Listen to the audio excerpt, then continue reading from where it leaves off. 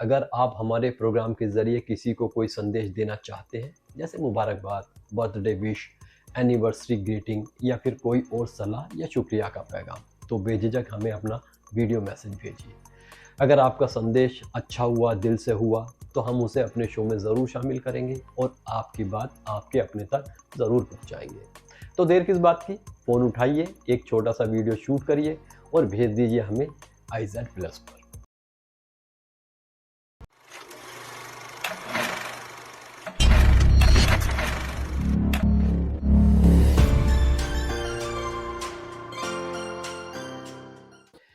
नमस्कार, आदाब, कैसे हैं आप सब?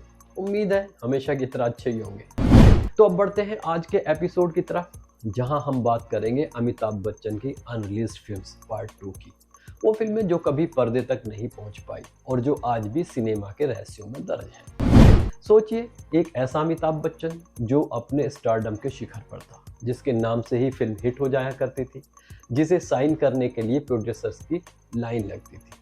वो दौर था जब अमिताभ बच्चन किसी अभिनेता का नाम नहीं बल्कि एक ब्रांड बन चुका था। मेरे पास बिल्डिंग है, प्रॉपर्टी है, बैंक बैलेंस है, बंगला है, गाड़ी है। क्या है तुम्हारे पास?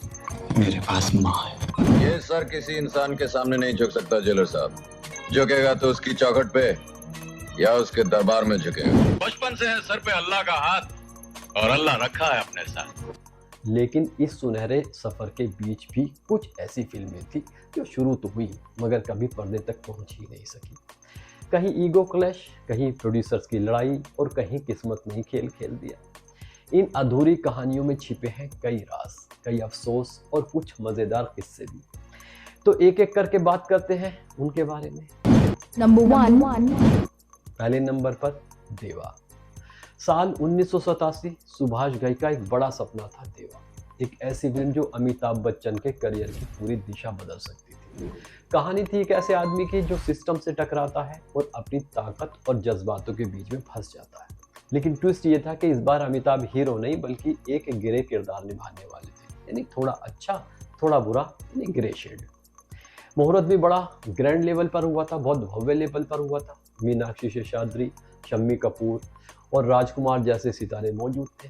लेकिन शूटिंग शुरू होती अमिताभ और सुभाष घई के बीच क्रिएटिव क्लैश हो गया।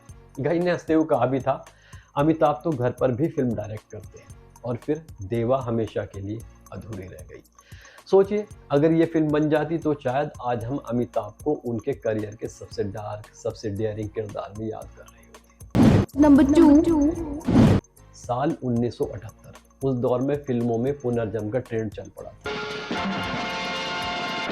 इसी बीच एक फिल्म अनाउंस हुई, नाम था करिश्मा। कहानी थी मौत के बाद लौटती जिंदगी की, कुछ वैसी जैसे हॉलीवुड की इनकारनेशन। कास्ट में थे अमिताभ बच्चन, परवीन बॉबी, शशि कपूर और प्राण। एक जबरदस्त लाइनअप। लेकिन ये फिल्म बस ऐलान तक ही सीमित होकर रह गई। शूटिंग शुरू होने से पहले ही प्रोजेक्ट ठंडे बस्ते में चला गया। कहा गया कि इस फिल्म की थीम भी फिल्म कर्ज जैसी थी। एक हसीना थी, एक दीवाना था, उससे मिलती जुलती थी और शायद इसी वजह से करिश्मा कभी पूरी ही नहीं हो पाई। एक अधूरी कोशिश जो अगर बन जाती तो शायद 70 के दशक में री इनकारनेशन ट्रेंड में अमिताभ की अपनी कर्ज होती। लेकिन किस्मत ने इस करिश्मे को पर्दे तक पहुंचने ही नहीं दिया। नंबर 3, आलीशान। साल 1980, एक भव्य फिल्म की तैयारी चल रही थी। आलीशान नाम ही बताता था, कुछ बड़ा, कुछ शाही।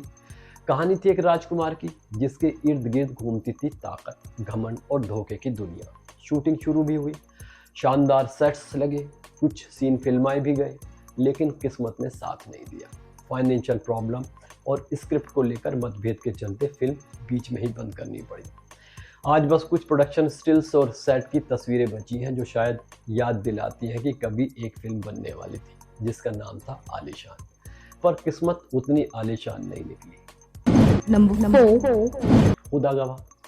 दिलचस्प बात यह है कि जिस खुदा गवाह को हम 1992 की क्लासिक मानते हैं वो असल में 1978 में ही शुरू हो चुकी थी।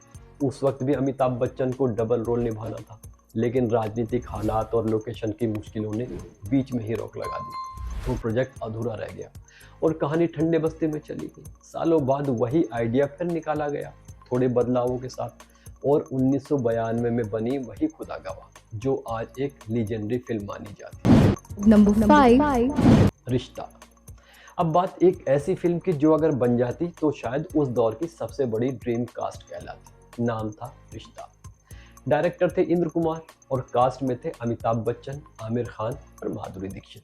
फिल्म अनाउंस हुई लेकिन कभी शूटिंग तक नहीं पहुंच सकी। कहा गया कि जैसे ही इंद्र कुमार ने इश्क शुरू की, रिश्ता अपना आप पीछे छूट गई। बाद में अफवाहें चली कि दो बड़े स्टार्स अमिताभ बच्चन और आमिर खान दोनों के बीच इमेज बैलेंस को लेकर मतभेद थे, पर इसकी कोई ऑफिशियल पुष्टि कभी नहीं हुई। सच यह है कि रिश्ता एक ऐसा रिश्ता था जो बनने से पहले ही टूट गया। Number 6. चाल पे चाल। नाम से पता चलता है कि फिल्म सस्पेंस थ्रिलर रही होगी। कास्ट में थे अमिताभ बच्चन, जैकी श्रॉफ और दिव्या भारती। फिल्म 40% तक पूरी भी हुई, लेकिन दिव्या भारती की अचानक मौत ने सब रोक दिया। Number 7. कारतूस और मेहरुन्निसा।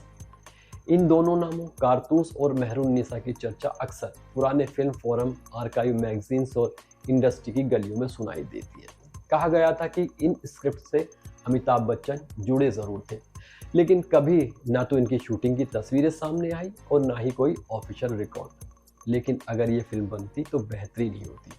जैसे इनके नाम से ही जाहिर है, कारतूस एक तीखी एक्शन और इमोशन से भरी कहानी होती, जिसमें बच्चन साहब अपनी उस इंटेंस पुलिस लुक में नजर आते जो दर्शक आज भी देखना चाहते हैं। और मेहरुन्निसा नाम में ही एक शाही रोमानी रहस्य, एक ऐसी प्रेम कहानी जो इतिहास और जज्बात को जोड़ती है, जहां बच्चन साहब का करिश्मा शायद मुगल आजम जैसी भव्यता में झलकता। दुर्भाग्य बस इतना है कि ये दोनों फिल्में कल्पना तक ही सीमित रह गई और सिनेमा के इतिहास में क्या होता अगर वाला एक अनसुलझा सवाल छोड़ गई।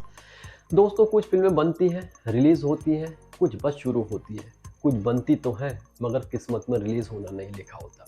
अगर अमिताभ बच्चन की ये फिल्म रिलीज होती तो शायद आज अमिताभ बच्चन के फिल्मी खजाने में कुछ हीरे मोती और होते। तो दोस्तों, ये थी बच्चन साहब की अधूरी या अनरिलीज फिल्मों की छोटी सी यात्रा। अगर आपको ये यात्रा पसंद आई तो लाइक करें, शेयर करें और IZ+ को सब्सक्राइब करना तो बिल्कुल ना भूलें। Thank you.